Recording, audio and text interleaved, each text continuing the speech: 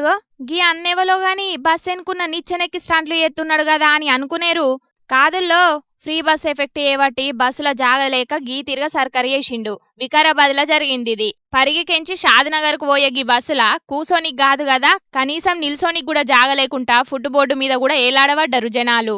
గిది కాకపోతే మళ్ళీ బస్సులో పోదామన్నా బస్సులేం లేవట. గందుకే ఎట్లనన్నా తిప్పలు పడి పోదామని గీ తిరగ ప్రయాణం చేసిండట. ఇక ఇదంతా వెనకచ్చే బండోళ్ళు వీడియో తీసే వరకు సోషల్ మీడియాలో మస్తుగా వైరల్ అవుతున్నది. ఆడోళ్ల కోసం సర్కారోళ్ళు తెచ్చిన ఫ్రీ బస్ పథకం ఏందో గాని మొగోళ్ళకైతే లేని తిప్పలైతున్నాయి కదా. టికెట్ పైసలు పెట్టినా అటు సీట్లల్లో జాగలేక గిటు ఫుడ్ బోర్డుల కాడ బస్సులెనక నిల్సొని పోయే పరిస్థితి వచ్చింది. కొత్త బస్సులను కొనకపోయినా మంచిదే గాని కనీసం జనాలు ఎక్కువ తిరిగే రూట్లల్లా బస్సులను ఎక్కువ నడిపితే ఏమాయే అని గరమైతున్నారు గిది చూసినోళ్ళు.